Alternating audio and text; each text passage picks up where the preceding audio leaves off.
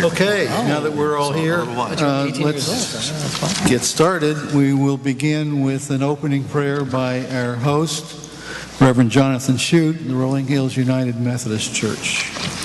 Let us gather our hearts in gratitude. Gracious God, bless this gathering of your people as we seek to grow in our understanding of your truth and love and of one another. We come together in humility, for we know that you are greater than our ability to understand. Help us to hear not only what each other has to say, but through hearing to learn about what we hold as important and vital about our lives of faith. Bless us with your wisdom, your compassion, and your grace, that our lives might reflect your hopes for us, your children. In your holy name we pray. Amen. Amen. Amen. Thank you. Let me give particular attention to introducing tonight's panel because they know of what they speak. We began with Reverend Shute, who is the pastor here. He is a scholar of comparative religions and has been a leader in the community in interfaith work since the beginning of Dawn. He was on the first panel, and it's since the dawn of time, right? Well, I appreciate it. He's been a rock. He's been a founding father, and he's been very important with all of us. Next, we have Rabbi Mark Diamond, who is a lecturer in Jewish studies at LMU.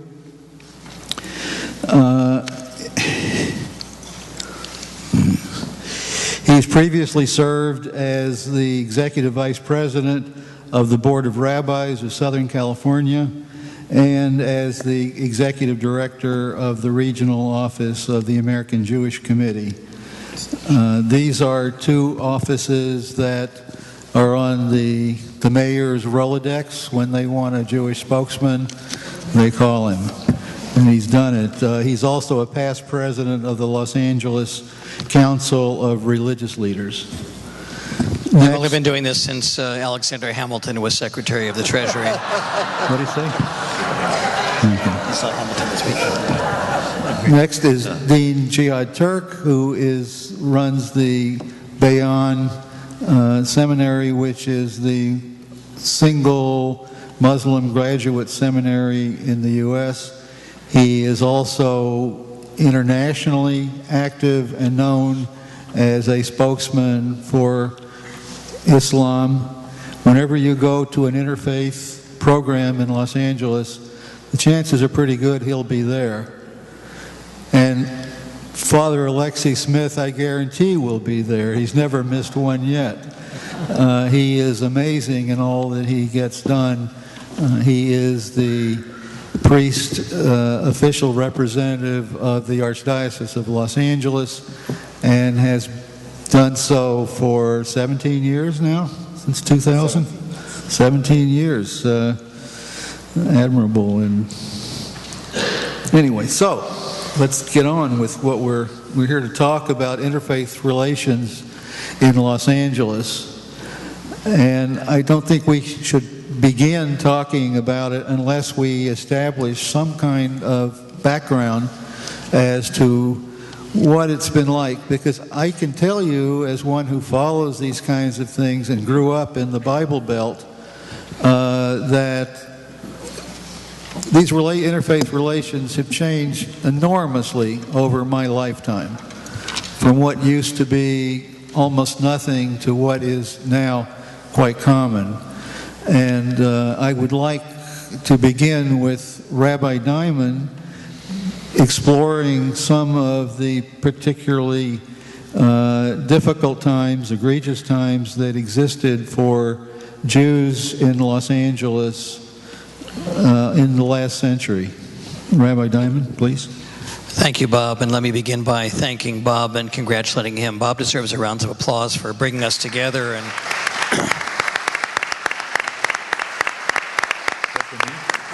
for this truly amazing series this year. If I weren't teaching on those nights, I'd be at all of them. Really a wonderful program. Thank you, Bob, and for your commitment to both the LMU and to Interfaith Relations. Let me begin with a name that you may or may not have heard of, Martin Gang. Martin Gang was born in 1901, passed away in 1992. He was a prominent attorney in the movie business. His firm represented some of the luminaries of Hollywood, including names I'm sure we all know: Bob Hope, George Burns, Frank Sinatra, Myrna Loy, among others. Martin Gang provided legal representation in the 1950s to some of the stars and executives who refused to cooperate with what was the infamous House Un-American Affairs Committee. Martin Gang's wife, Josephine, was Christian, and so I think they had a little bit of personal experience in interfaith relations. And she developed a friendship with the Sisters of Immaculate Heart College, whose property abutted the Gang's property. Martin Gang became friendly with them as well. And this is important to note. He went on to become chairman of the board of the college. Quite a feat for a Jew and a Catholic school of higher education to have a Jewish individual as the chairman of the board of Immaculate Heart College.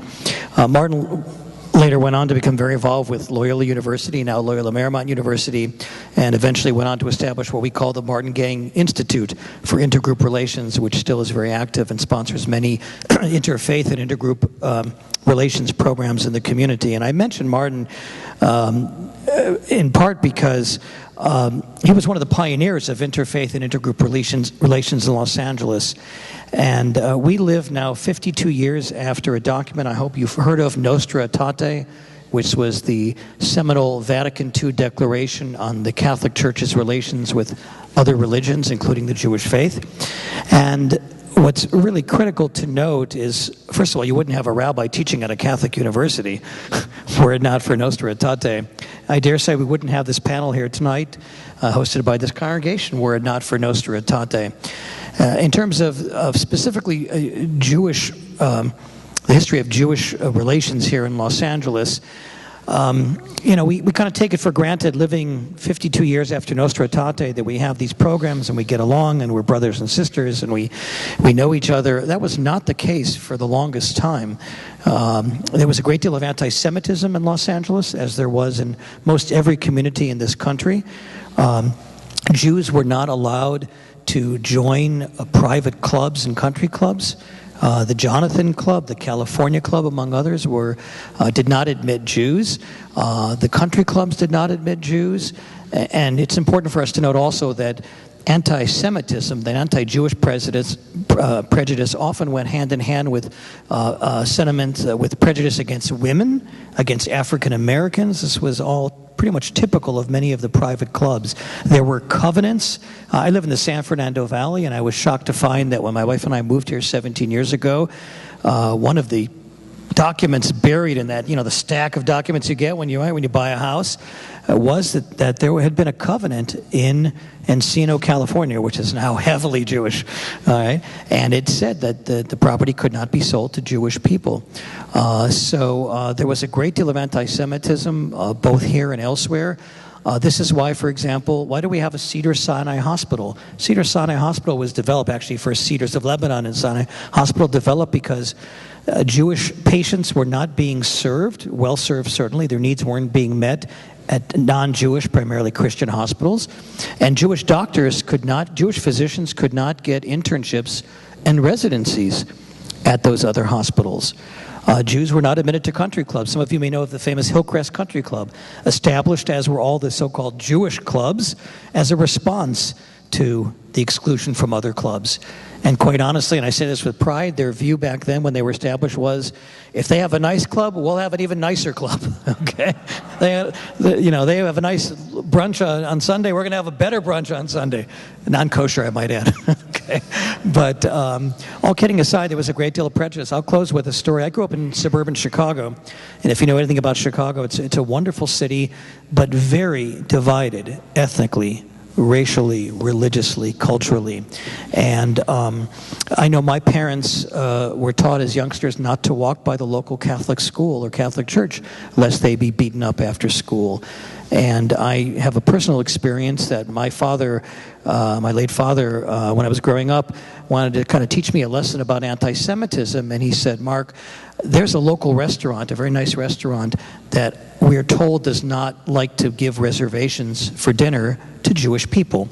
So he called up one afternoon and he said, this is Mr. Cohen calling. Diamond could be Jewish or non-Jewish. This is Mr. Cohen calling. I'd like a reservation for 4 for Saturday evening at 7 p.m. And they said, I'm sorry, Mr. Cohen, restaurant's completely booked, call back another time. He changed his voice, he called back a half hour later and he said, this is Mr. Smith calling. Same time, same reservation, not a problem getting the reservation. So this is all by way of indicating that we are so fortunate to live in Los Angeles today with, not that we're certainly not the city of angels yet. We have a lot of problems to work on in this community. But the fact that we're here tonight, the fact that a rabbi can teach at a Catholic university, that has a Hillel, a Jewish student Hillel foundation on campus, that has a Muslim student foundation on campus, is, I think, a testament to how far we've come. Thank you. Father Alexei.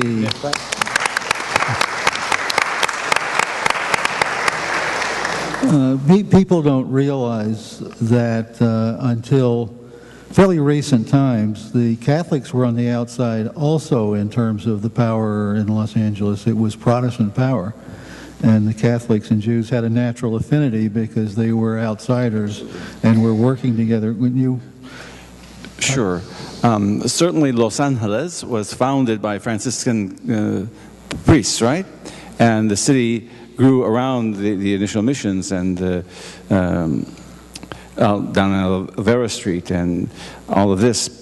But the power was, over the years, certainly did not rest with Catholics. This was a white Anglo-Saxon Protestant city. I remember the first mayor of Los Angeles was Polson. I remember that name. I don't even remember his first name, but I remember his last name, Polson, and then Yordi, and then others. And it wasn't until Reardon became mayor of Los Angeles that we actually had a Catholic as mayor. And there was a long span then between Catholic mayors and Catholics in political office here. Even today, Catholics number, how many Catholics in the Archdiocese of Los Angeles? The Archdiocese covers Los Angeles, Ventura, and Santa Barbara counties. 5 million, correct, Jihad, 5 million Catholics that we know of, out of a population of 10, 12 million just in this area here. We do have a number of Catholic people in prominent positions, but that doesn't necessarily mean that they always reflect Catholic values.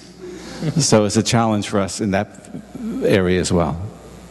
It's interesting, somebody pointed out last night at a talk that the 3 highest elected officials in the city of Los Angeles... Don't tell them what the religion of the 3 highest officials in Los Angeles right now is, or I should say, Jewish. Exactly. Who said that? A+. Very good. Hey, Rabbi. Of course. Okay, Rabbi. Doesn't count. Dean Turk, we talk about the Christians and the Catholics and Jews being outside. Of course, Muslims weren't even in the equation for a long time, and that evolution has been quite recent. And would you take us through that as to when Interfaith Relations reached out to the Muslim community here? So we actually don't need interfaith relations because it's so fun to be Muslim these days that it's like the most popular religion around.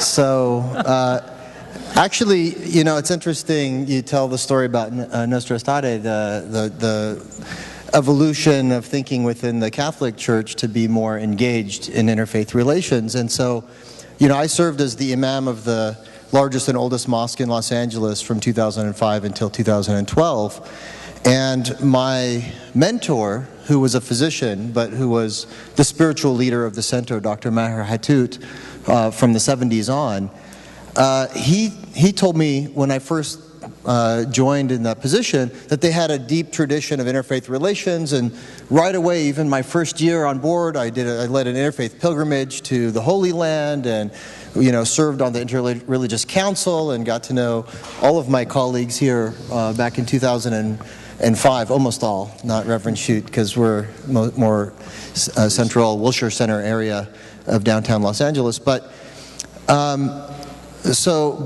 remember him telling me the story about how they got involved in interfaith relations. He said back in the 70s there wasn't any such thing as interfaith relations. There was Jewish Catholic dialogue, and he said he heard about that, and he invited himself to the table, and he had to push a chair on to be included in that conversation. So it became Muslim, Catholic, Jewish dialogue. And I remember hearing stories from the Right Reverend here to my left, stories about when he was growing up Catholic, how he would be allowed to attend a funeral service if it was a Jewish family, friend of a family who had passed. But God forbid if it was a Protestant, was not allowed to go any of those Protestant services. So there wasn't a lot of love there, I think, between even intra-Christian. No love. So he said he kind of joined the conversation and became involved, in part motivated by, or I would say entirely motivated by his connection to God through Islam, knowing that there's a teaching in the Quran that says that it is God's purpose to have created us with differences, not just in race and ethnicity, but in creed, so that we can enrich our own understanding of God through understanding the beauty of the diversity of His creation. And that we may, the differences are there so that we may get to know one another, not that we may despise one another. So he said this is part and parcel of our identity as Muslims, to be involved in this kind of exchange of ideas and cooperation for the common good. And so it was a natural, by the time I got there, it was a natural thing. But I would say one other thing. The Muslim American community is quite diverse, and although we're the new kids on the block, and he's been doing it since Abraham Lincoln, etc., and I've been doing it since last week, the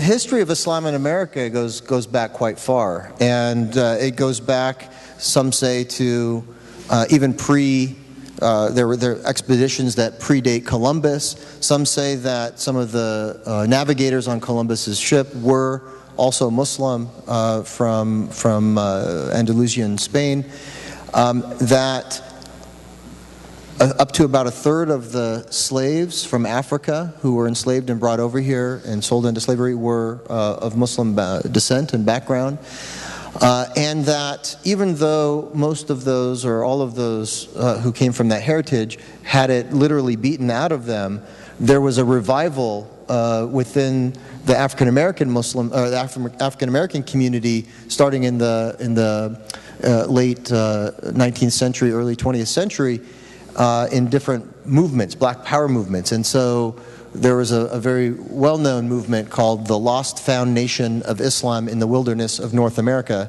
more commonly known as the Nation of Islam. It started in 1934. And then grew to quite a powerful force on the scene here in the United States. When the founder died, Elijah Muhammad, in 1975, the followers of that movement began to follow his son, Warthaddin Muhammad, who said, no longer are we going to be part of a black nationalist movement, but we're going to be part of the mainstream Muslim community. And so hundreds of thousands of people, almost 1 million, ended up embracing mainstream Islam from the African American community. People like Malcolm X were part of that movement. Of course, he died before the conversion of the whole group, but Muhammad Ali is from that community, and so many others. It influenced, although he didn't come through this movement, people like Kareem Abdul-Jabbar, who's a local, went to UCLA and went on to play some sport or another here in Los Angeles, but was very much reaching back. And he recently wrote an article in the New York Times talking about and the title of it, Why I Am Still Muslim. And he says part of my embracing of Islam was, and Muhammad Ali says the same thing in a recent article that was published in Washington Post, written by the author of his new biography, Jonathan Eeg. The article highlighted an assignment that he was given by one of his wives, say, why are you a Muslim? And he actually, she had him write it down. He said, part of my embracing Islam was an attempt for me as a black male American to fully gain my independence and to throw off the heritage of slavery and to find my own identity. So their identification with Islam in some ways was rooted in this quest for freedom and agency and independence in terms of exerting their manhood. And that's 1/3 of the American Muslim community. The other 2/3 are immigrant Muslims who've come over the generations. We have many physicians and engineers and professionals that are here. And looking at the demographics, and I'll conclude here, but looking at the demographics of the Muslim immigrant community, my father immigrated from Jerusalem in 1956, married my mom who's Christian. I born and raised in Phoenix, Arizona, but so many of the immigrants that came as university students and then ended up becoming professionals, either as doctors or engineers, primarily those two positions or fields, and then settled here and decided to live here. And I would conclude as my colleague here, Rabbi Diamond, to say that despite all of the rhetoric and all of the hostility and all of the unfortunate violence that we sometimes see in the name of religion domestically and internationally, I would still argue that America is the best place in the world to be a Muslim. So there's been quite I would say that that interfaith relations have come quite a long ways since the early days, and although there's still a lot to be gained from continued engagement, we've come quite far in embracing one another, and I hope to continue along that trajectory. I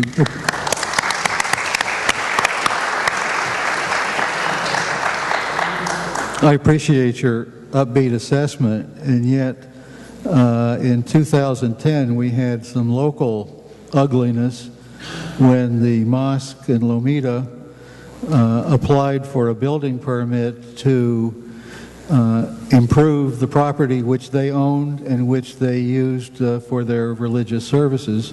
They had a quasi-temporary, quasi-not temporary building, and they wanted to build a mosque, and their application was rejected by the city council of Lomita. And they rightfully went through the legal processes, and that was overturned very rapidly. The building is complete or almost complete at this point. It has been built. How unique is that situation? Well, I was just one of our faculty members at the graduate school that I teach at, Bayan Claremont, and she's at Yale. So I was visiting with her and her family a number of months ago, and she happened to have visiting some lawyer friends of hers who worked in the neighboring communities and cities, and they were telling me story after story after story of similar permit denials, and when they went to court, they were similarly overturned, but oftentimes multi-million-dollar awards were given to the Muslim community because of the discriminatory policies. Is this local, or are you talking national? This is nationally. Okay. So it's not very common here locally to have occurred, but this has occurred in New Jersey, it's occurred in Connecticut, it's occurred in a number of cities around the country, particularly in the East Coast. But I think pretty much without exception, they've all, when the federal review takes place and the courts step in, they've all been granted because there's an establishment clause. I mean, that's one of the things that that really makes the statement that I made earlier not just fluff, that America is the best place to be Muslim on the planet because we have the combination of the Establishment Clause in the Constitution where no religion is given preferential treatment to another, and we have the complete freedom of expression that allows us to practice our religion without being harassed, without being discriminated against at the federal level. And the federal government has stepped in when necessary to ensure the rights of Muslim worshipers when they want to worship. So we really are blessed in that regard. And although, yes, someone might try and manipulate some code based on traffic laws or environmental impact studies or something or another, when it comes down to it, ultimately I think justice prevails. And although, to quote Martin Luther King Jr., there might be a long arch to history, it does bend towards justice, and I think that's been our experience here in the United States. Well, Jews make a similar statement that this is the best place ever in history to be a Jew. Maybe Rabbi Diamond wants to follow up on that. Well, America's been good to the Jewish community, and even as I referenced earlier, some of the restrictions, some of the anti-Semitism that went on for many decades here in this country. For example, most of the Ivy League universities had restrictions, had Jewish quotas. My late father-in-law was admitted to Harvard to get his doctorate, but he had to decline the offer because no one would rent an apartment to him in Cambridge, Massachusetts. And this was the late 40s. I mean, it's hard for us to believe that wasn't that long ago. Today, many, I haven't looked at the latest tally, many of those same universities have Jewish presidents and no longer hopefully have quotas on Jewish students, Muslim students, Christian students, any students, period. When I was a young man in high school to raise money to go to college, I worked at the local Ford Motor Company, a stamping plant. An interesting experience that I shall never forget. And I was a member of the UAW, and those of us who know our history know that Henry Ford was a notorious anti-Semite. So I thought I was kind of giving to Henry Ford posthumously that a Jewish kid would work at Ford Motor Company. And yet, speaking of, for example, of anti-Semitism, the last day on that job, I couldn't wait to get out of there. I made a lot of money, but it was so boring. And the last day on the job, sitting in the lunchroom with a young man, a kid my age, we'd worked together all summer, said to me, "Mark, I've been meaning to ask you, what are you?" Odd question. I mean, that could take me hours, but I said, "What do you mean?" He says, "Well, what nationality are you?" And I said, I knew where he was going, but I toyed with him a bit. I said, I'm American like you. It's true. I'm a United States citizen. Okay. He says, "You know what I mean. What religion are you?" I said, "I'm Jewish." Well, his mouth dropped open. He almost lost his sandwich and out came every anti-Semitic stereotype. Why would a Jew work in a Ford Motor Company, in a factory? All of you are wealthy. You control Hollywood. You control the media, and on and on and on. And I had worked together with this young man all summer, and he just could not imagine that a Jewish kid would work in a factory. So, I think we've come a long way. Maybe the best answer to Bob's question is we all know there's been a terrible resurgence of anti-Semitism in this country and abroad, much as our Muslim brothers and sisters face Islamophobia, which you've faced for quite a while. This recent surge of anti-Semitism is very disturbing, like Islamophobia, and perhaps one of the blessings in this rising tide of prejudice is that we're seeing new alliances in the Muslim and Jewish community as never before. I just came from my class at Loyola Marymount University, and I was very proud, as I do every semester, to host Leaders of New Ground, a Muslim-Jewish partnership for change. This is an amazing program that brings together basically young professionals and high school kids as well in the Muslim and Jewish communities. And talk about an important program that we should be having in communities around our country. I challenged my guests to say, maybe we need a Christian-Muslim New Ground as well. They're not there yet. But I think that's just a tremendous example of building bridges between communities and tackling the difficult issues with sensitivity, with thought, with care, and with a commitment to stay at the table and talk about most anything. Go ahead. I think it's important, Rabbi, to expand upon that as well, especially when it comes to building houses of worship. You referred to the difficulties with mosques, and we certainly know the situation in Lomita. The Archdiocese, before I took this position, stood with the Buddhist monks and nuns in Hacienda Heights when the great Shilai Temple was trying to be built, and there was such opposition there. But people of faith of various faiths stood by those monastics to defend their right to build a house of worship there. I myself, since I had this position, was asked to go to the Planning Commission of the City of Los Angeles to testify on behalf of some Buddhist nuns who were trying to build a temple in Rosemead.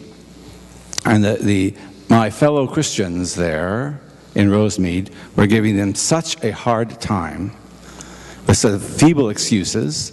Certainly there's the traffic issues, those things, but feeble excuses such as, well, Buddhists burn incense. The incense will pollute the air. So I remember asking the commissioner, have you smelt the air in Rosemead? If anything, the incense is going to help the situation there, you know?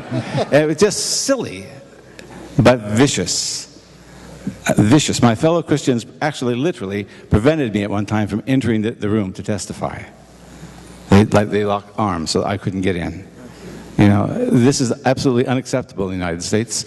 We, as one of the benefits of the growth and the development of interfaith relations here in Los Angeles, is that we stand by one another. Not only this issue, but other issues as well. Reverend Shute, can you give us a little background on ecumenical relations? Because interfaith is among all religions, ecumenical is within the Christian community, and what's that path been like? Well, I was thinking this really is a very privileged time in our history that people from widely diverse communities get to spend time in conversation with one another. One of my teachers in the field of comparative religion suggested that the 20th and then the emerging 21st centuries were in a way more in common with the first century than almost any time in between, and that is that because of advances in transportation and human migration, in commerce, that more people from around the world were bumping into others than had really ever happened before. So it really is a remarkable moment and an opportunity to have a gathering here as broad as this, and a gathering in the room as broad as you all are, is it's a new thing. It's a recent thing. It's not unprecedented, and in each of our traditions there have been persons, and there have been sort of threads in the fabric that have represented and yearned for that kind of mutuality and sharing. In my own family's story, my great-grandmother was a Canadian Baptist missionary. She was a physician, and she was headed to the mission field in southeastern India.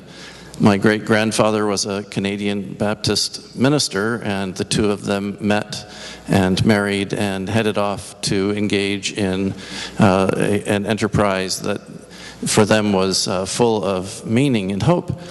There was an obstacle to my grandmother's progress. She was the third Canadian woman physician, but she couldn't get an internship, because to be an intern you were required to live in the hospital, and she was a woman, and everybody in the intern rooms were men. And what ended up happening was a group of Catholic sisters at St. Michael's Hospital in Toronto provided her residence with them. Among the nuns, a Canadian Baptist. This is in the days when people were still marching in Orange Day parades, the Protestant Catholic violence in Ontario, Canada. There's a town not far from there called Orangeville. It was Protestant land, and they welcomed her and gave her the opportunity to do that. And so at a grassroots level, people have found other ways to get along than only by the sort of brand name or institutional affiliations that they had. And for my family, but also for many others in the what are thought of sometimes as the mainline or former mainline Protestant traditions, Methodist, Presbyterian, Congregational, Lutheran, Those all engaged in overseas missions of one kind or another, and those may have been high-minded at times, and they may have been complicated by mixed motives and abuses at other times. But in the course of that experience, people met others whose lives they began to see had the same dignity and grace as their own, and who were aspiring to some of the same hopes and dreams that they had, expressed differently perhaps, but no less true or valid. And so what began as a sort of top-down, one-direction mission to someone else became much more a mutual experience of learning and growing together. And Methodists and Baptists and Presbyterians and Lutherans in India and China and Africa discovered that the brand names under which they had come over really didn't mean that much when they were responding to medical or agricultural or other social needs, health and welfare, education, that they began to work together and to discover in common purposes something greater than they had ever anticipated in the first place. Some of those people came home, and they brought with them those lessons, and their experience has enriched and shaped our own expression here in North America tremendously. In this congregation, some of you here know this, some of you here likely don't, not in this building, but in the building across the patio, for I think 7 years, Rolling Hills United Methodist Church and Congregation Narratimede shared the worship space. The synagogue and the congregation worshipped in the same room. And that was 1970s, early 70s. It wasn't unprecedented, but it was a reflection of the same kind of person-to-person, grassroots recognition of dignity and value in other communities and their experiences. At that sanctuary, we have a larger cross here. In the back wall of that sanctuary, there was a panel, and on the panel was a cross. And doors opened, and the panel rotated around, and on the other side was the Star of David. And so on Saturday, the Star of David graced the room, and on Sunday, the Christian cross. That's sort of my understanding and experience of how ecumenical and interfaith relations happens, is as people live near each other, bump into each other, and discover that they might even love each other. May I just add, thank you, Reverend, I just want to add to your fine comments. The students in my interreligious course at LMU, a couple times during the semester, do an exercise called Interfaith Relations in the Media, where they have to find something in the media that talks about interfaith relations, and I tell them this is a good year for Jesus, Moses, Muhammad, and Allah. There's no lack of good stories this year. And one that just today we presented in classes before I arrived here was a joint service sponsored by the Catholic Diocese of Springfield, Massachusetts, and the local Lutheran congregation celebrating the 500th anniversary of Martin Luther. And I thought, well, gosh, if those Lutherans and Catholics can get together, surely we've come a long way, baby. So we didn't get a chance to applaud for Reverend Schutz's talk.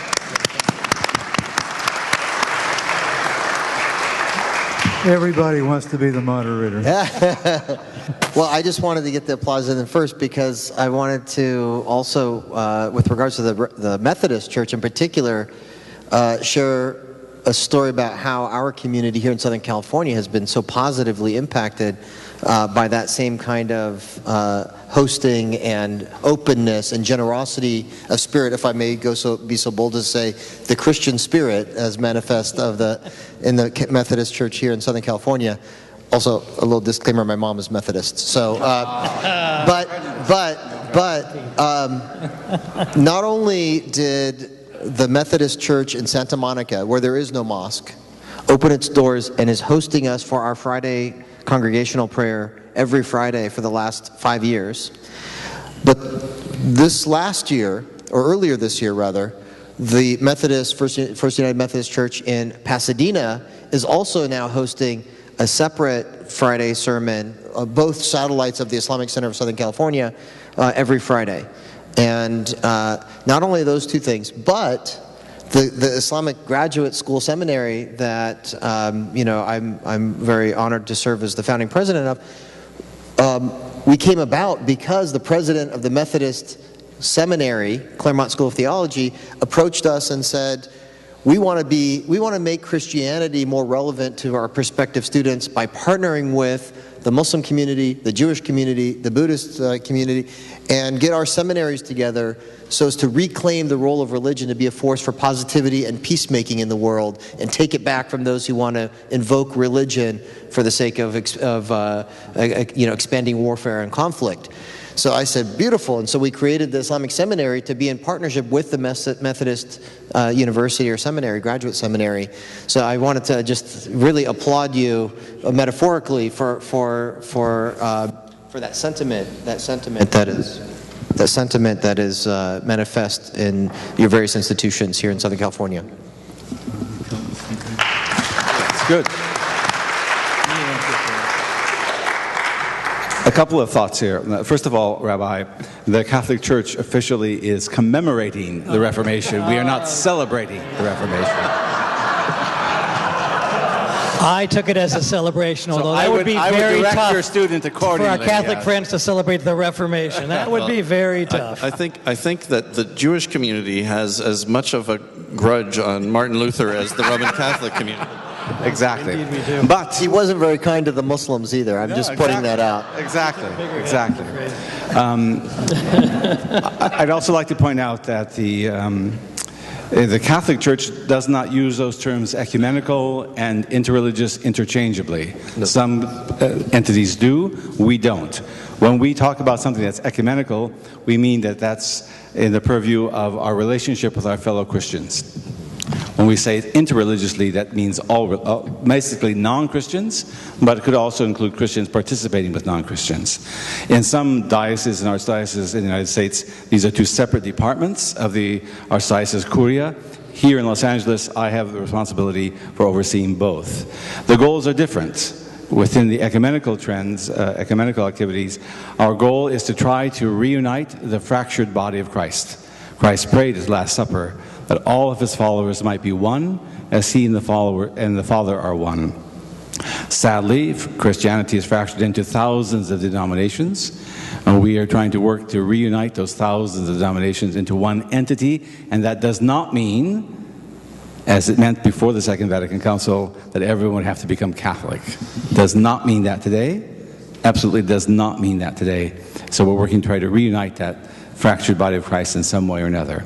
Interreligiously, the goal is not to form all these non-Christian religions into one entity, but rather to surface those areas where Catholicism would resonate with them and their beliefs and their practices, acknowledge those differences, and to prohibit those differences from impeding our interaction with one another and our working together for the betterment of society. Now, another wonderful example of Catholic, particularly Catholic Jewish cooperation and such is on the Wilshire Boulevard in Los Angeles, with the Wilshire Boulevard Temple, right across the street from St. Basil's Roman Catholic Church. Years ago, when our Archbishop retired at that time, Archbishop was Cardinal James Francis Aloysius McIntyre. He went into retirement there at St. Basil's Church. And the rabbi at Wilshire Boulevard Temple was Magnan. Very good. They developed a great friendship. They would go walking through the streets around the Wilshire Boulevard Temple every afternoon for a walk, sometimes arm in arm. It's a wonderful scene.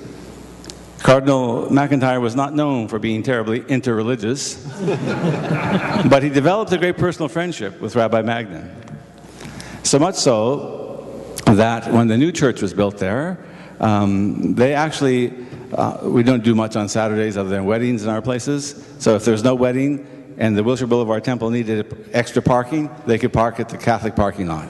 And on Sundays, when there wasn't much going on at the temple, vice versa. I mean, these are wonderful examples of interreligious cooperation. Well, I heard something, you could tell me whether, I've got my own. Okay. You're the pro here, yeah. I heard that there were some renovations being done at St. Basil's, and that they were using the Wilshire Boulevard Temple for Mass on Sunday morning, and that some of the congregants from the Wilshire Boulevard Temple wandered onto the scene and said, "Rabbi is going too far with this modernization." I believe that's true. I don't know it as a fact, but I believe that it's true. Let me, Rabbi Diamond mentioned the Martin Gang, which was an example of a Jewish organization partnering with a Catholic university to start diversity training decades before that word was part of our vocabulary. It was very productive. Now, to me, this is one of the beginnings of interfaith, massive or larger scale cooperation. The other one I think of is also Catholic Jewish.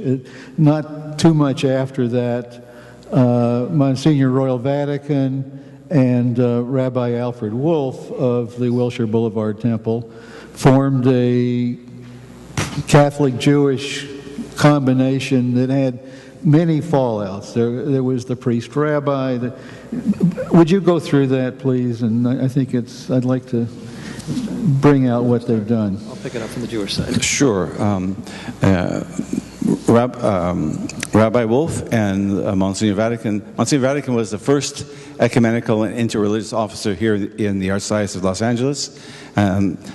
Such an office didn't exist prior to the Second Vatican Council. We weren't interested in being in relationship with any other religion. Why? Because Catholics and Catholic teaching taught us that we were the sole possessors of the truth. Right? We were the sole possessors of the truth. Everyone else had somehow deviated from the truth. Well, the Second Vatican Council, thanks be to God, turned that teaching on its head. The document that the rabbi referred to, Nostra Aetate, specifically states that there is truth in non-Christian religions.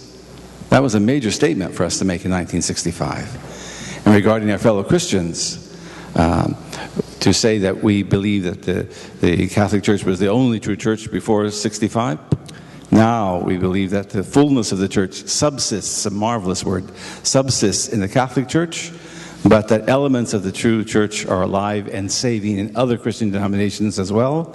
Another major step for us. Another major step. So with regard to the Jews and Catholics here, we have a priest-rabbi dialogue that they founded, Rabbi Wolf and Monsignor Vatican. We have the Jewish Catholic Women's Group, who has a major conference every year in Los Angeles. It happens to be this coming Friday. The title of the conference is, "What Would Moses Teach? What Would Jesus Do?" And apply that to the current political situation in the United States. And you have here in this area a very flourishing one-time event. You've been here, Catholic Jewish Women. You had 100 and some women present at that event. That was wonderful, absolutely wonderful. And I look to see that expanded over the coming years. We have any number of other interactions with the Jewish community, educational programs sponsored by the ADL and by the Jewish Federation.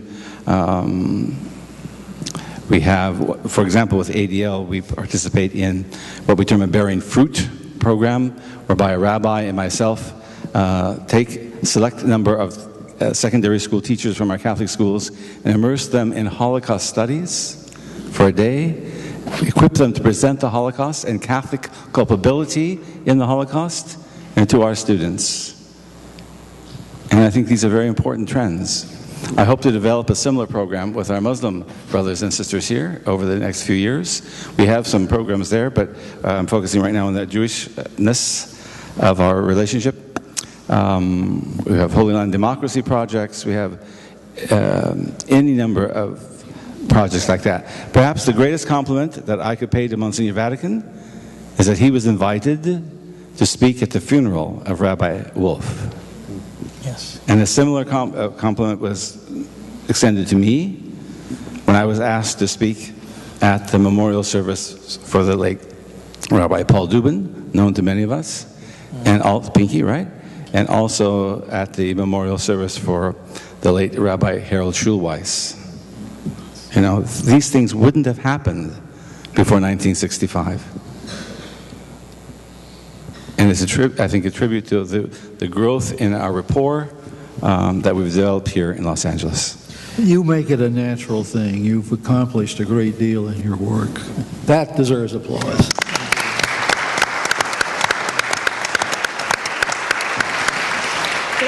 May I just add that listening to a bit of the history of interfaith relations in Los Angeles, we should be struck by the fact that it's all about relationships, and it takes that often very bold and courageous, out-of-the-box rabbi, cardinal, priest, minister, imam to set those in motion. And there's an important lesson there, because I think interfaith relations, like most relations in the world, are about relationships, and it takes time and effort. It doesn't happen overnight. Frankly, one of the things I worry about in the future of interfaith relations is that when you look at the history, for example, of Nostra Aetate and the interventions and the Rabbi Heschel going to speak to the Pope, and you see that there were organizations and institutions that realized that progress in interfaith relations doesn't happen overnight.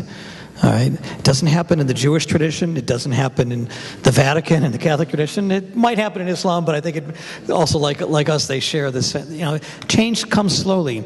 And to be honest, one of the concerns I have for the future of interfaith relations is that in a world of tweets and in a world of Facebook and in a world of instant messages, people today don't necessarily have the patience for this. It takes individuals and organizations who are in for the long haul. And that's not an easy thing. That takes time and energy and resources and leadership. And I think we should recognize the role of individuals and organizations who invest for the long term in interfaith relations. Go ahead. So I just wanted to share a story. I had been approached by a professor at USC, Father Heft, who is at the Catholic Research Center there at USC, and he was writing a book on interfaith relations, and he asked me to contribute a chapter on Muslim perspectives on interfaith relations in general, I think Muslim-Catholic relations in particular.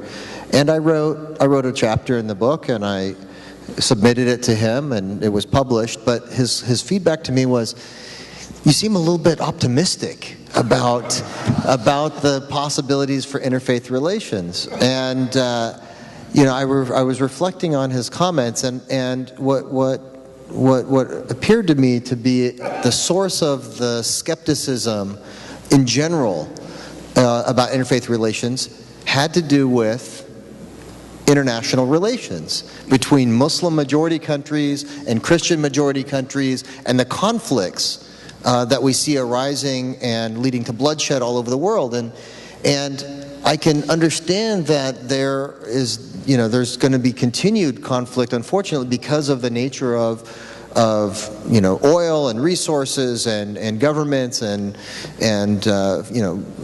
so many other factors, that nationalism, ultranationalism, tribalism, all of these different kinds of forces that we see rearing their heads these days.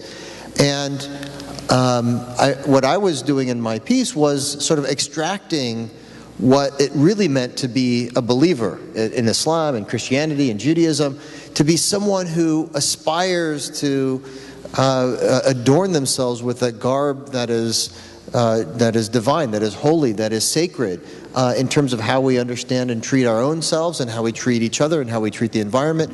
And so if that is the common motivation that animates our behavior and our conduct and inspires us in terms of how we operate and move through this world, then I'm very optimistic.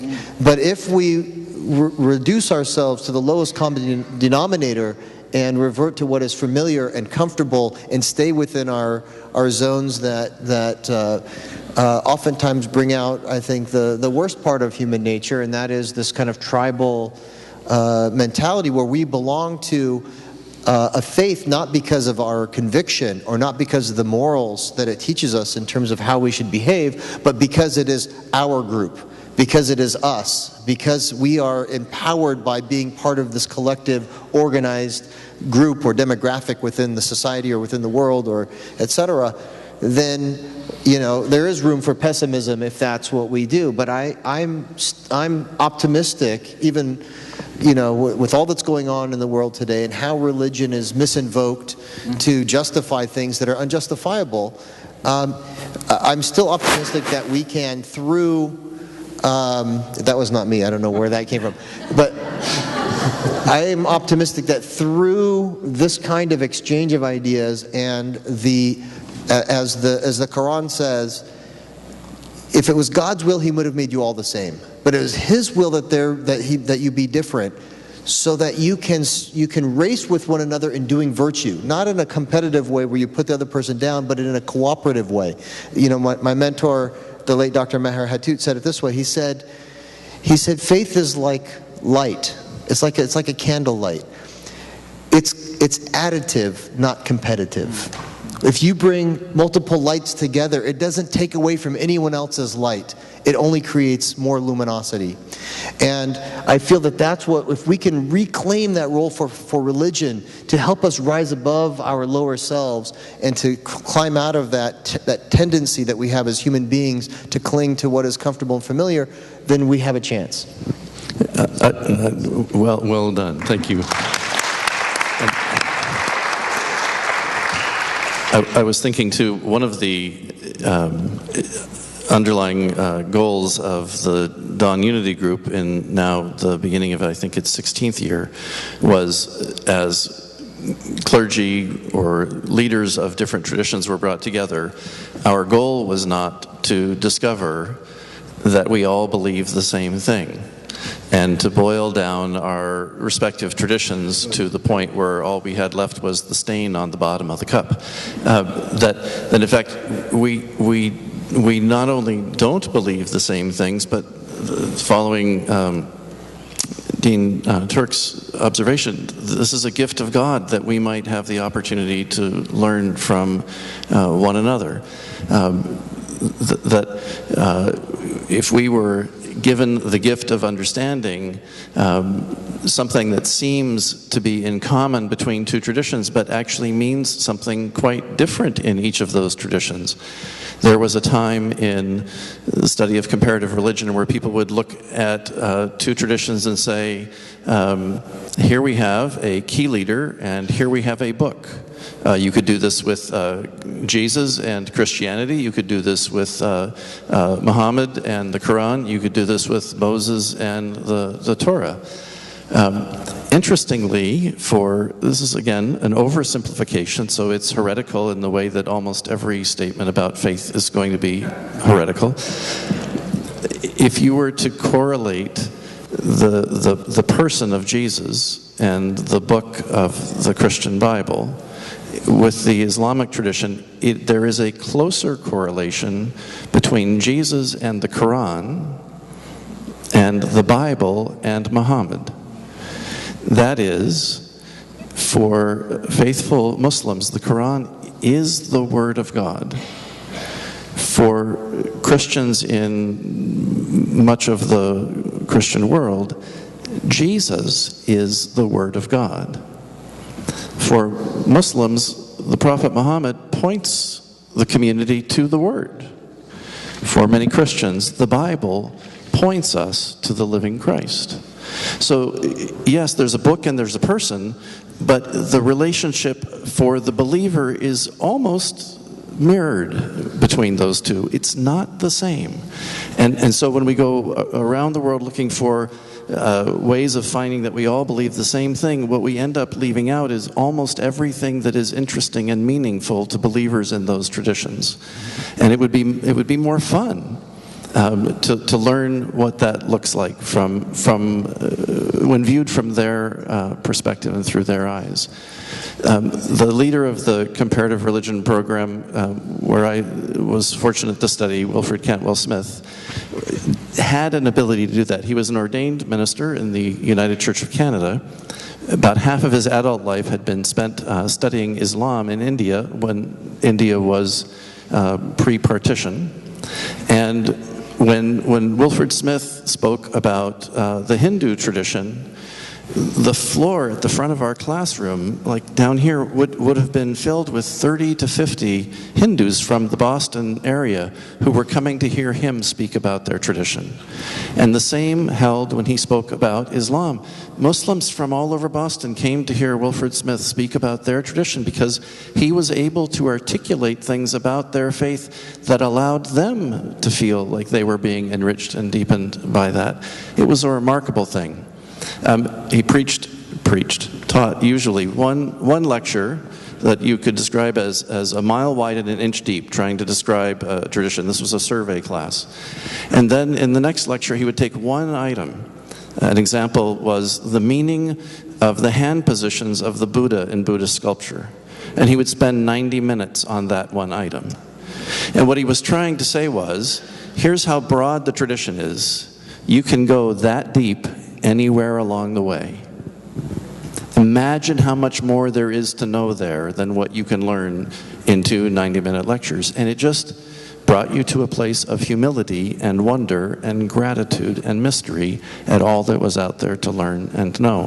He was a Christian, so when we got to hear him speak about religious evil, he did that within the Christian tradition. Because speaking about religious evil, it's more honest when we do that confessionally than when we do it saying, you know what you guys have wrong and what you do wrong and what's wrong with your tradition. He spoke about it from his own experience. And so I know that is out there. I know that we have the ability to do that, to learn from one another's differences and to appreciate and see a more rich and varied kaleidoscope as a result. I think one of the one of the joys and one of the privileges of being deeply involved in interfaith dialogue is what we like to call holy envy. So rather than looking at other religious faiths and saying, oh, mine is true, theirs are false, or they're causing this, they're causing that problem, what is it I can admire about the different faiths that I encounter? So I would say, as is well known in the Jewish tradition, we have 2 Jews, we have 3 opinions. We like to argue and fight and discuss almost everything. And I have many friends I engage with who are not Jewish who admire that about the Jewish tradition, the fact that there's always a lively discourse.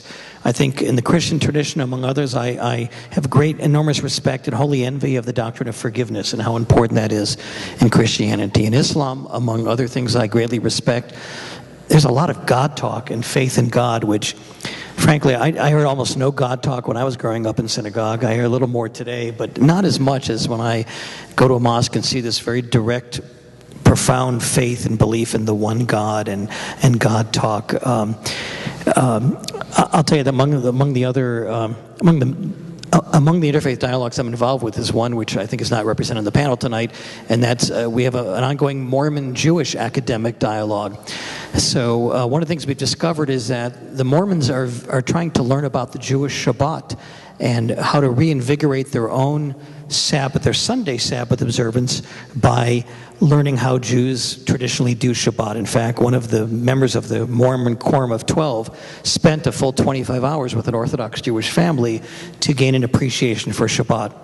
There's a lot of things about the Mormons I admire, starting with tithing. Oh my God, if we Jews tithe like they do, this would be the smallest synagogue on the planet right here, and a strong sense of volunteerism. We have it in all our communities, but really it's such incredible dedication. Everybody's involved in pitching in.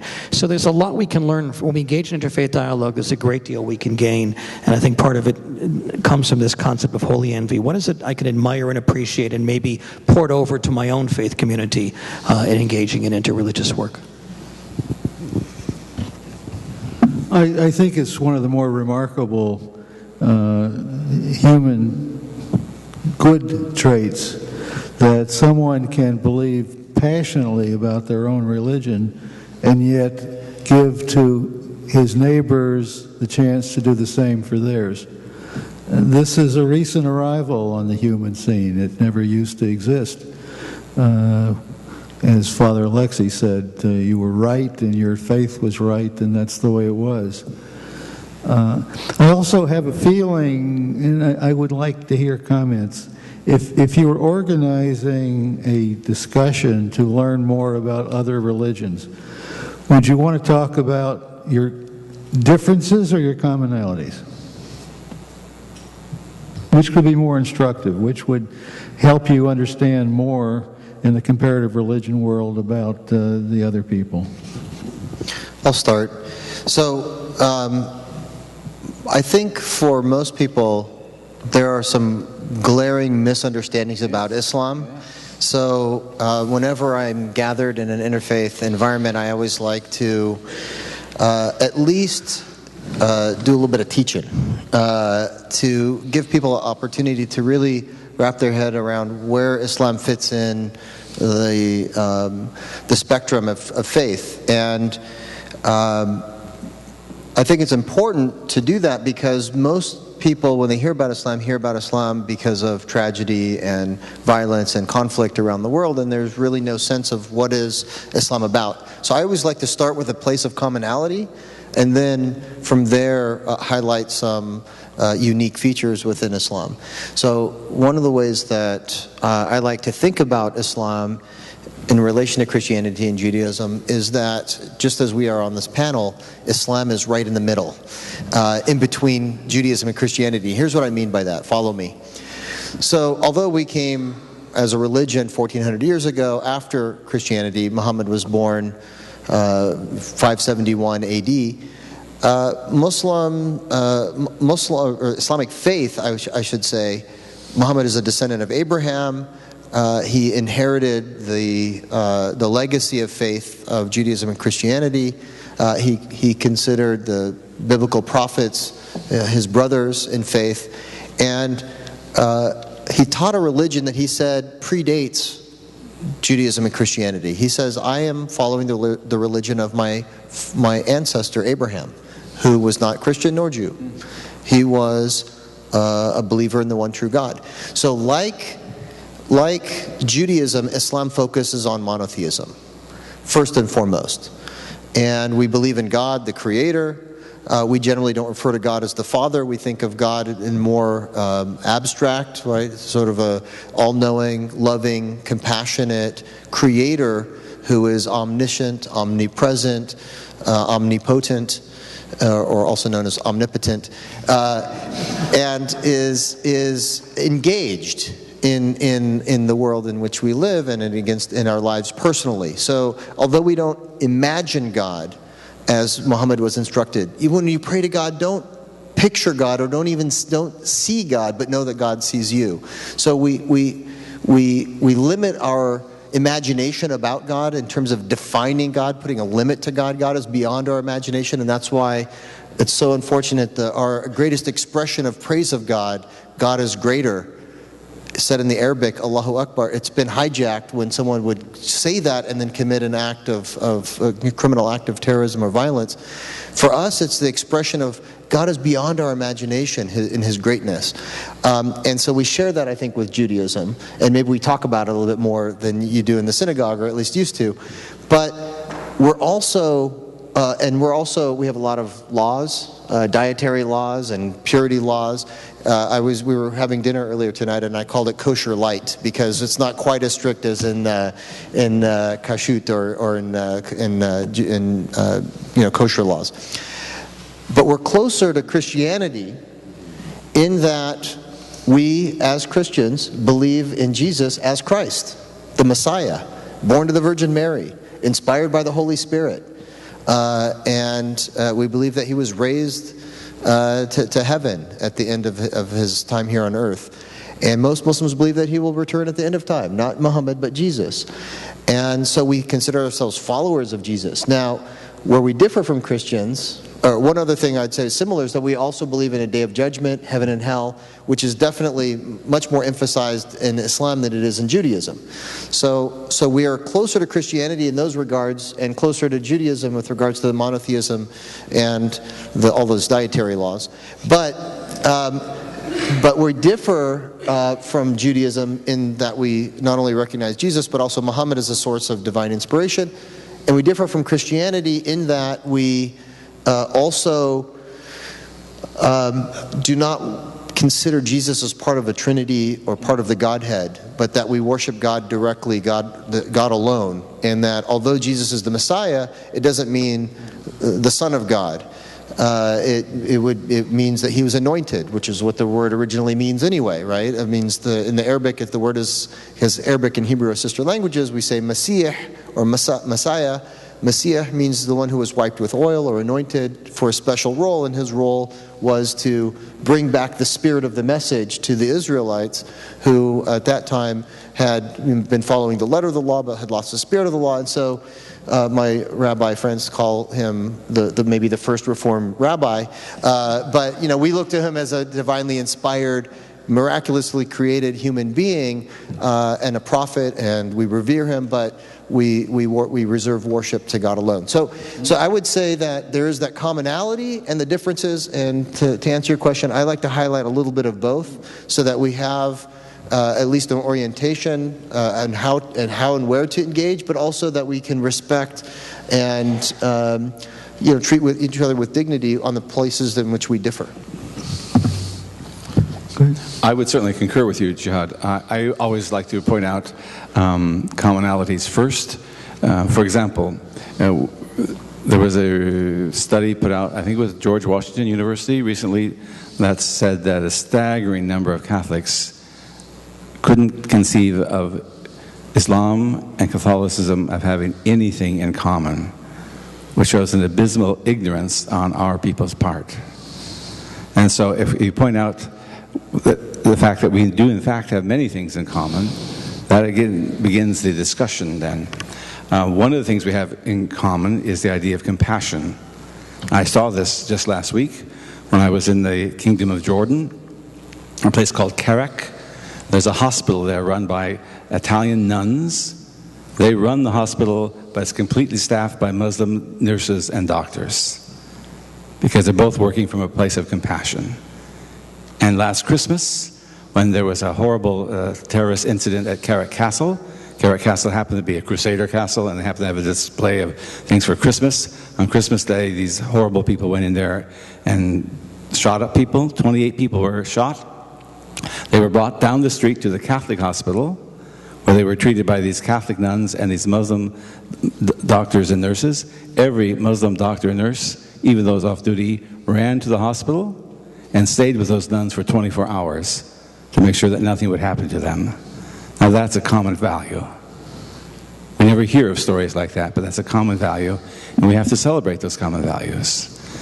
And regarding our fellow Christians during this commemoration of the Reformation, Celebration. I think we are rediscovering each other as brothers and sisters in Christ, and how much we really have in common.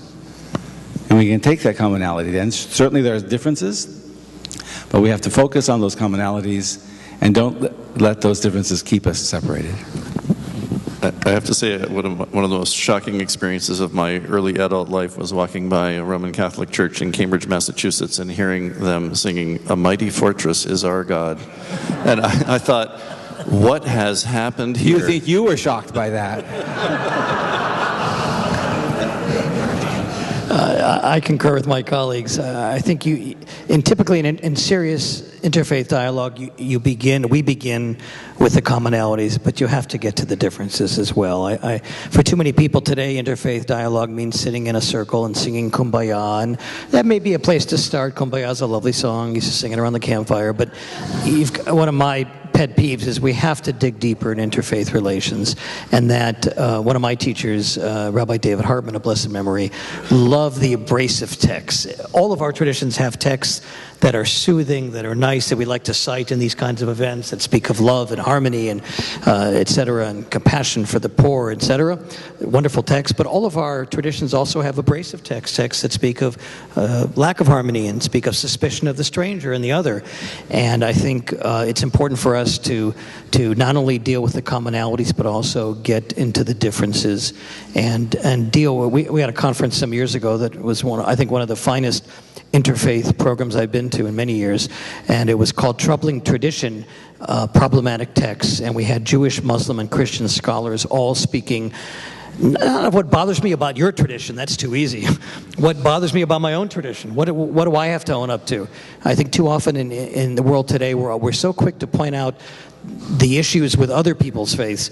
I think it was Rabbi Irving Greenberg who poignantly said, you have to be a little embarrassed about your own faith, and you have to look inside, and what are the texts, what are the practices, what are the beliefs that I need to wrestle with in my own faith that may be problematic when it comes to positive interfaith relations.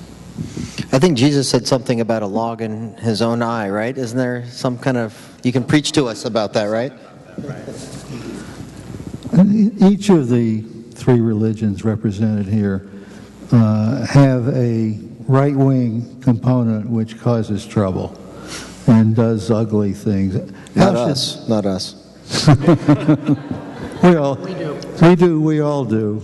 How should that stain, that ugliness, be incorporated in interreligious doing? How do you manage things in that context?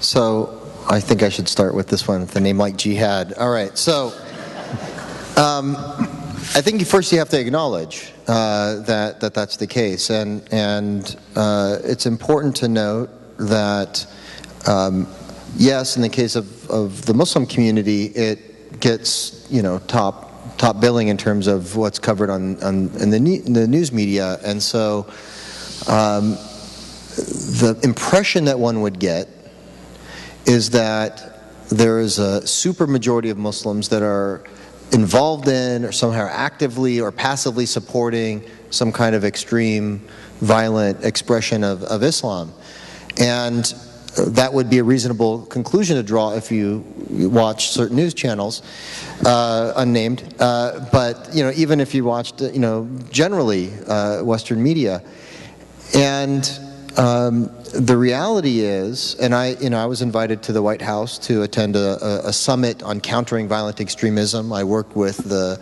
Department of Homeland Security and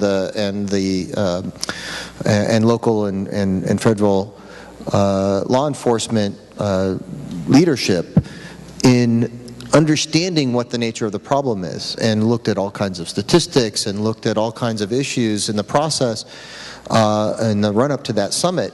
And for me, it was just a learning experience, because when we were in the room and we were with the FBI and the Department of Homeland Security, and they were telling us, "Have you seen these recruitment videos for ISIS?" And there was Hollywood people in the room, and there was ACLU people in the room, and people who were working against white supremacy, and there were also a number of Muslim leaders. And I was the imam at the mosque at that time, and I raised my hand and I said, "Listen, I'm an imam, my name is Jihad. I have not Google searched ISIS recruitment videos. It's just not something that I generally do." And they paused and they said, "Good thinking. Let us show you some of this, these things that they do to try and recruit people and why they're doing it." What became apparent is that, what you have is a regional conflict in which one of the groups is claiming religious authority in order to gain some kind of either traction or credibility within a certain kind of demographic that, again, is kind of using this ultra-nationalist rhetoric in which religion is one element. And they're trying to recruit support from across the United States and across the world in general from people who have other kinds of issues, whether it's mental illness or maybe they don't feel well adjusted or whatever. There's a number of different reasons in the profile of the people that would respond to those kinds of videos. But when we looked at the numbers, what became apparent is that those who were even passively supporting groups like ISIS and Al-Qaeda and other such groups around the world, that they numbered, even though they're, so 1/4 of the world's population is Muslim. So we're talking about 1.7 billion people on the planet are Muslim. Only 0.003% of the Muslim world is supporting of those kinds of groups. It's a very small percentage, but when you're talking about 1.7 billion people, we're still talking about several 100,000 folks around the world. So it's, any number is horrific. But just in perspective, 99.997% of the Muslim world's population are against those individuals. And some of you might say, well, how come we've never heard of this before? And I'd say, well, which Muslim leader in the world are you waiting to hear from? Is there a name of a prominent Muslim leader that you're waiting to hear from? And you would probably pause and say, I actually don't know any prominent Muslim leaders in the world that I'm waiting to hear from. Well, I can tell you that, first of all, there was a book published by Georgetown University professor John Esposito entitled Who Speaks for Islam? What 1 billion Muslims, actually 1.7 billion, Muslims really think. And it's a survey of the entire Muslim world and their attitude towards terrorism and all of these things. And what you find there is that Muslims are more opposed to terrorism internationally, worldwide, than Americans are opposed to terrorism. I mean, it's that, decisive. So it's not just my own personal opinion. This was a 6-year study conducted by not Pew, but what's the other, Gallup, by Gallup poll. And this is an analysis of that study. Not only that, but every major Muslim figure on the planet, and even government official from a Muslim majority state, have gone on record condemning terrorism, Al-Qaeda, ISIS. Even Al-Qaeda has condemned ISIS as being too extreme. And I'm not joking you can Google it. The largest Muslim organization on the planet. Anyone know what group that is? 50 million members, by the way, of this organization. Has written a book and a fatwa condemning ISIS and Al-Qaeda. Anyone know the name of the largest Muslim organization on the planet? Anyone? You can just raise your hand, I won't call on you. Nobody in here. Nahdat al-Ulama, NU for short, in Indonesia. 50 million members. They wrote a book condemning this and issued a responsa. A fatwa doesn't mean a death sentence, it means a legal opinion. And they wrote a very strong condemnation of that. So you name the organization, the country, and I guarantee you they have condemned all of these groups. It just doesn't come to you passively. If you're waiting for it to come to your news feed, it's not going to come there. But if you Google it, you can find it. There was a Colorado a college student, a woman, Muslim woman, who was so frustrated by the lack of this being publicized that she actually, on her own, I think she was like a sophomore, she researched every condemnation of terrorism that she could find historically, and she listed these thousands of condemnations and published it online. So you can Google that as well. I don't remember her name, but you can just find Colorado college student, condemnation of terrorism, and it'll come right up. So it's out there. You don't have to take my word for it, but you have to actively go to it because it's not going to come to you on the news. What bleeds leads.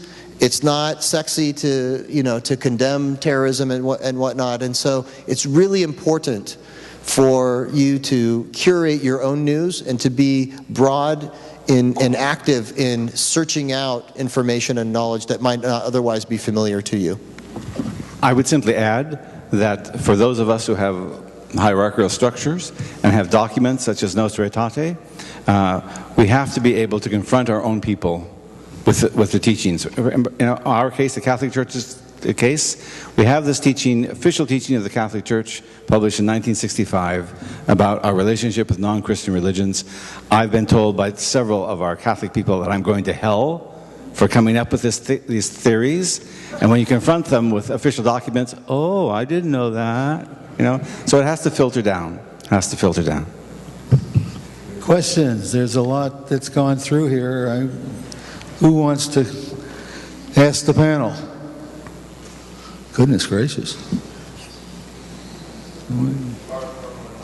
Sure. Oh, thank you. So I have a question. I'm a parishioner, a member of St. John Fisher Parish here in Rancho Palos Verdes, and I would like to know, would it be possible for me to also be a member of your congregation here, and perhaps a temple and a mosque? Is it possible in today's world that without renouncing anyone, that I could be a member of all four? Why would you want to be? I'm serious. But that was going to be my question. What would be keep in mind you have to pay dues to all four institutions too before you go too far with this plan. In our case, yes, as well. What is your objective in thinking about that? So I felt this calling about 5 years ago, and I have been a visitor I've been a visitor to many Protestant denominations, but also to the congregation here on the Hill. I haven't been able to go to a mosque.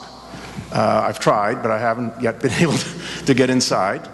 Probably don't know how to do it or how to ask correctly. There are people here who can arrange for you to do that. I'm bringing it up. So Somebody from the mosque. I'll give you a permission slip. And you, as a Catholic, will go there with me. But I want to make sure I'm not going to be excommunicated from the Catholic Church for trying. You're not going to be excommunicated for attending any. Listen. He goes to more than most people. I speak more often in temples and mosques. You will be fine.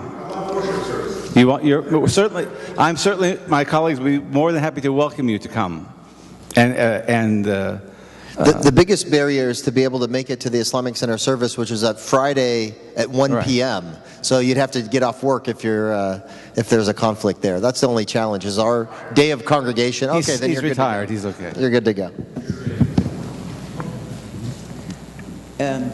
As a Jew who was born in Germany, I'd like to remind all of us that in 2 days from now we commemorate the 79th year of Kristallnacht, or Crystal Night, or the Night of the Broken Glass, which actually was the beginning of the Holocaust, as we have learned. And I think it is particularly meaningful to me, and I'm sure to all of you, that we can be in this room together in this holy place and listen to each other in harmony and in friendship and in peace. And thank you very much. Thank you. May I just add that last night on the campus of Loyola Marymount University, a Jesuit institution, Father Alexei and I were part of a program which is an annual commemoration of Kristallnacht at LMU. And thank you. That's a very important reminder of both how far we've come and how far I think we still have to go. I want to say one other thing, and I was just reminded, I don't know why it didn't occur to me earlier. Dr. Sarah Dean, who's here in the audience, if you could wave your hand. She had organized and invited me to give the Friday sermon. It's called an Interfaith Youth Jummah service this Friday. Where? So, very good. So it's here locally in the neighborhood here. And it's going to be at 1 o'clock this Friday, and it's an interfaith invitation. So you can talk to Sarah and get more details after the event is finished tonight.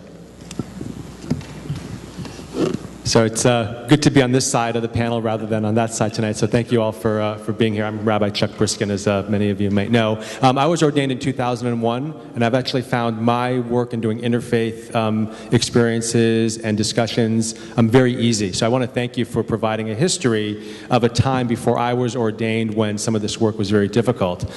That said, one of the challenges I have found recently is not getting folks together in communities like this, but trying to transcend communities of race, color, ethnicity, socioeconomic conditions or whatever. I'd like just some thoughts about how we can get beyond this and try to really, dig to some of the deeper work of some of the things that really that are, where there are greater differences in terms of upbringing, the regular conditions that we live in each and every day, because that's what I'm kind of struggling with, and that's the bridges that I'm trying to build right now in my work and my rabbinate. I think we each of our traditions has that same struggle. That is, there is broad and diverse socioeconomic and cultural variety within each of our communities, and we don't sometimes even do that great a job connecting with each other within our traditions, let alone crossing those lines. I was thinking, in response to the question about connecting with parts of our own traditions who are widely different from us. I was remembering that the first person I unfriended on Facebook was a fellow United Methodist minister from Southern California, whose posts were so persistent and negative and hostile and aggressive that I thought I'm either going to be in a daily war with this person going back and forth all day long, or I need to turn him off. And so I turned it off. But I'm not proud of that. He was a member of the church of which I was a member when I came through for candidacy and ministry. We ought to be able to find ways to connect with one another, and we still struggle. So Pew did a study in 2015 that revealed that Islam is the most diverse major religious tradition in the United States. And as I indicated, we have about a third of our community. We're only about 3.3 million members in the United States of the Muslim community. About a third, about 1 million, are African American. The rest are from various countries around the world, some in Africa. Half of Africa is Muslim, by the way. So we have a number of either Nigerian or Senegalese. Egypt is still part of Africa, Sudan, etc. Algeria, Morocco, Tunisia. So some parts of North Africa, but also sub-Saharan Africa as well. And then we have Southeast Asian, also in Indonesia, so Pakistan, India, Indonesia, etc., Bangladesh, and then we have a bunch of Arab countries as well. Also some European, like Albanian, Bosnian, Montenegrin, etc. So we're pretty diverse, but those who immigrated here immigrated to, again, mostly professional careers, and who, most of the immigrant communities live in more affluent parts of the United States, and the United States is pretty racially segregated, and also segregated based on socioeconomic factors. And so we are, as an institution, as a graduate school, we are actually partnering with the family of Muhammad Ali to carry on his legacy of spiritual leadership and bringing people together. So we've granted 13 full tuition scholarships to Muslim leaders who are working in underserved communities, black Muslim communities around the country, and we are not only providing them with that scholarship to study at Bayan, but we're creating a cohort of people in the classroom that are extremely diverse, and our faculty, and who are then, when they graduate, going back into their communities and continuing those kinds of relationships that bridge that gap ethnically and socioeconomically within the Muslim community. One of the things that the immigrant community students who were at UCLA during the uprising in South Los Angeles in the 90s, what they did is they said, what role can we play in helping address this kind of this inequity that resulted in this violence? And so what they did is they said, there are a number of Muslim doctors, as I indicated earlier, demographically, a large number of Muslims who are in the medical field. They said, let us create a free medical clinic in the heart of South Central Los Angeles. And they called it the University Muslim Medical Association, which in Arabic is Ummah, or simply community. The Community Free Clinic, and it's been going on over 20 years now. They started another branch at Fremont High School a couple of years ago, and there's a lot of work that needs to be done within the communities, and I think that if we link arms together across the communities, we can address more effectively issues of homelessness, which is a rising issue. It's only increasing, even though we've passed HHH and so many other things. There's still a lot of work that really needs to be done, and I think we can do it more effectively if we do it across our divisions. Rabbi, I think you raise a very key question. I know in the ecumenical work that we do, we have difficulty, I have to admit this, we have difficulty in developing a great rapport with the predominantly black churches. And when we ask, what's the problem here, they always say, you don't address our issues. So we have to come to some parity, some recognition that everyone doesn't have the same issue, and we have to look at what those issues are and ask what we can do to help and address those issues. I think that's very helpful. I also, just thinking of the composition of the Interreligious Council and some of these other things, LA Council of Religious Leaders until recently, none of the minority churches were really represented on these, and that's a failure on our part. We have to reach out more and widen the tent and the seating in that tent. I would just respond to Rabbi Briskin's very fine question in the following way. I think intergroup relations, interfaith relations are a subset of intergroup relations, and maybe some of the lessons we've learned in interfaith relations apply. One, I would be my personal plea to all of you here tonight: don't leave this work just to those of us sitting up here or other clergy in the community. Rabbis, priests, ministers, imams, academics are too busy, frankly, and have very full agendas, particularly those colleagues serving in congregations. There's a role for all of us to play, and too often interfaith work or intergroup work is just left to a small subset of people, and we all have a role to play. In interfaith work, we speak of dialogues of life. You all have friends, neighbors, co-workers of different ethnicities, races, religions. Get to know them.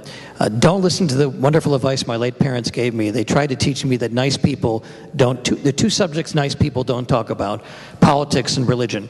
So I became a rabbi, and every waking moment I deal with politics and religion. It was well-intentioned advice, but I think honestly sometimes we're too afraid to talk to those in our offices, in our workplace, in our schools, in our neighborhoods, and get to know them. I think we all have dialogues of life can lead to amazing results in interfaith and intergroup relations. So my plea to all of you is don't leave it to just a few of us. Thank you all. Please join us January the 9th, congregation near Tamid. We will be talking about my favorite, most interesting character in the Bible, Joseph. What a fascinating life. Thank you all for coming. Thank you for the panel.